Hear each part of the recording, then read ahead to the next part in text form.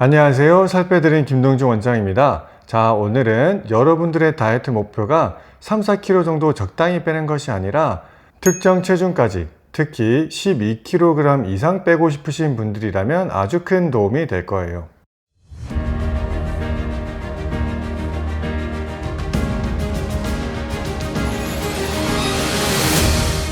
구체적인 케이스를 말씀드리는 것이 훨씬 이해가 빠를 것 같아서 162cm, 80kg인 여성이 15kg를 감량 목표로 설정해서 다이어트를 시작했다고 가정해 보겠습니다. 보통은 10kg 정도를 빼고 나면 감량 속도도 처지고 의지도 떨어지면서 다이어트를 포기하고 싶은 순간이 찾아오기 쉽습니다. 그 전에 현재 상태에 대해서 한번 알아보도록 할 텐데요. 자, 말씀드린 것처럼 80kg에서 10kg를 감량해서 70kg가 되었습니다. 자, 그런데 여러분들이 다이어트를 하시다 보면 두 가지의 단계적인 만족도가 생기는데요. 자, 첫 번째 만족도는 보통은 최초 체중에서 10%를 뺐을 때 생기게 되고요. 자, 두 번째 만족도는 여러분들이 대개 설정하는 만족도에서 생기게 됩니다. 자, 이것을 1차 만족도라고 제가 정해보고 이것을 2차 만족도라고 정해보면요. 1차 만족도는 여러분들의 체중이 나의 과거보다 확실하게 달라졌다고 느낄 때 오는 체중입니다. 그리고 2차 만족도는 여러분들이 생각하는 미적인 만족도가 크게 상승할 때 생기는 만족도입니다. 자, 다시 본론으로 돌아가서 80kg에서 다이어트를 시작한 여성이 10kg를 빼서 1차 만족도는 지난 상태고요. 70kg에 도달한 상태입니다. 이때 어떻게 하는 것이 가장 좋을까 하는 질문이었잖아요. 물론 가장 이상적인 것은 한꺼번에 연속해서 2차 만족도, 즉 15kg를 빼는 것이 가장 이상적인 경과이기는 합니다. 하지만 다이어트라는 것이 환자분들마다 컨디션도 다르고 주변 환경도 다르기 때문에 다 알고는 있지만 10kg 정도를 빼고 나면 어쩔 수 없이 다이어트를 잠시 쉬어야 하는 순간이 오게 됩니다. 자, 이때 보통 세 가지 정도의 선택지가 있는데요. 첫 번째는 그냥 힘들었으니까 이제부터 먹는 선택입니다. 이렇게 하시면 어떻게 되느냐? 거의 95%는 처음 시작한 80kg까지 찌게 되어 있습니다. 그래서 1번 선택은 하시면 안 되겠죠. 두 번째는 10kg 뺀 것도 쉽지 않은 일이니 만족한 다음 유지를 하는 선택입니다. 자, 이 선택에 대해서는 어떻게 생각하세요? 언뜻 그럴듯해 보이지만 이 선택 역시 조금 위험할 수 있습니다. 왜냐하면 현재 상태가 70kg까지 감량을 했고 이 70kg는 1차 만족도와 2차 만족도 사이입니다. 그런데 여러분들이 다이어트를 해보셨다면 다 아시겠지만 이 유지라는 건 역시 쉽지가 않고 꽤나 힘듭니다. 그런데 2차 만족도에 도달하신 분들은 이 쉽지 않은 유지를 꽤나 잘해주고 오랫동안 해주는 경향이 있습니다. 반대로 1차 만족도에 도달한 환자분들은 유지를 하는데 꽤나 많은 고통이 따르기 때문에 1차 만족도만으로는 유지를 하지 않는 특성이 있습니다.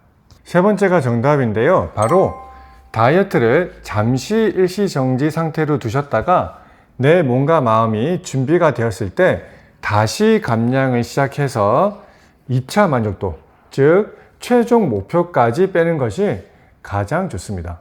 자, 그러면 3번처럼 하려면 어떻게 해야 할까 하는 것이 가장 핵심 포인트일 텐데요. 간혹 여러분들이 다이어트에 조금 지치셔서 일시정지 상태로 들어갈 때 식단을 아예 놓아버리는 경우도 있습니다. 그런데 여러분들이 식단을 아예 놓아버리는 것은 3번의 일시정지 상태가 아니라 1번에 해당하는 선택인 것입니다. 따라서 이렇게 하시면 절대 안 됩니다. 왜냐하면 1번 선택을 하시게 되면 체중은 여러분들이 예상하는 것보다 훨씬 급격하게 오르게 되고 막상 70kg에서 5kg가 찌고 난 뒤에는 아마 다들 느끼실 텐데요. 이 70kg 체중, 이것도 굉장히 소중한 체중이었다라고 하는 것을 알게 되실 겁니다. 다이어트가 일시정지 상태로 들어간다라고 하는 것은 조금은 더 먹지만 적극적인 체중의 증량은 일어나지 않아야 합니다. 그러면 어떻게, 무엇을 조금 더 먹어야 할까요? 대부분의 환자분들은 그동안 10kg를 빼느라 많은 것을 참아왔는데요. 대부분 간식이나 과일, 술, 야식 등입니다. 따라서 내가 일시정지 상태로 들어가기 때문에 식사량은 늘리지 않으면서도 이런 것들만 조금 더 먹으면 생각보다 체중은 많이 늘지 않겠지라고 생각하시지만 그렇지 않습니다. 오히려 식사량은 늘리더라도 하루에 먹는 횟수가 잘 관리가 될 때 체중 유지에 훨씬 효과적입니다. 또 술 역시 경계하시는 것이 좋은데요. 술 자체의 칼로리도 문제지만 술을 마시게 되면 3, 4일 정도는 여러분들의 식욕이 훨씬 증가되어 있게 됩니다. 또한 음주 자체는 생활을 흔들고 식단을 다이어트 이전으로 완전하게 되돌리는 경향이 있기 때문에 술은 꼭 조심하셔야 합니다. 그리고 여러분들이 10kg를 뺀 뒤에 일시정지 상태로 들어갈 때 어떻게 행동할 것인지 미리 계획을 세워두시는 것이 중요합니다. 즉, 내가 다이어트를 잠시 쉬는 기간에도 며칠에 한번 체중을 체크할지, 또는 이렇게 체크한 체중을 누구에게 한 번씩은 이야기할지 정해두는 것도 큰 도움이 되는데요. 이와 더불어서 내 체중이 어느 정도 증량하였을 때 힘들더라도 다시 감량을 시작할 것인지 정해두는 것이 필요합니다. 그리고 되도록이면 이 계획을 손글씨로 적으셔서 3장 정도 복사해서 현관문 그리고 냉장고, 체중계가 있는 곳에 붙여두시는 것이 매우 효과적입니다. 왜냐하면 여러분들이 이렇게까지 철저하게 계획을 세워놓고 실행하지 않으면 시간 차이는 있더라도 결국에는 다이어트를 미루다가 처음 시작 체중이 80kg까지 도달하는 경우가 거의 대부분입니다. 그리고 여러분들의 체중이 조금 찌기 시작했을 때 가장 경계해야 되는 생각 중 하나가 내가 살이 좀 쪘으니까 이제부터 운동 열심히 해야겠네 라고 생각하는 것입니다. 왜냐하면 운동을 하냐 안 하냐 보다는 체중 그 자체에 대해서 직접적인 계획을 세우고 행동하는 것이 필요한데요. 이는 곧 운동이 아니라 식단입니다. 다시 한 번 더 말씀드리면 체중이 조금 쪘을 때 운동하지 마시고요. 식단을 다시 시작하셔야 한다는 얘기죠. 자, 오늘 영상 요약해 드릴게요.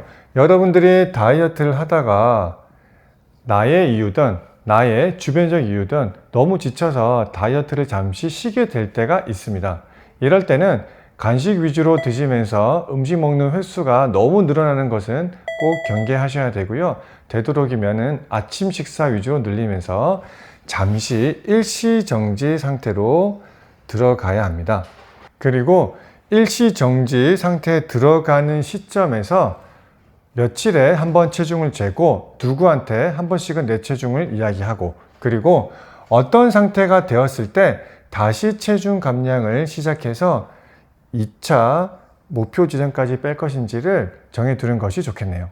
자, 오늘 영상은 어떠셨나요? 다이어트 참 쉽지 않잖아요. 그렇다 하더라도 잠시 쉬었다가 2차 목표, 즉 여러분들이 완전히 만족하는 체중까지 꼭 빼셔서 유지까지 잘 하시기를 권해드려요. 이상 살 빼드린 김동준 원장이었습니다.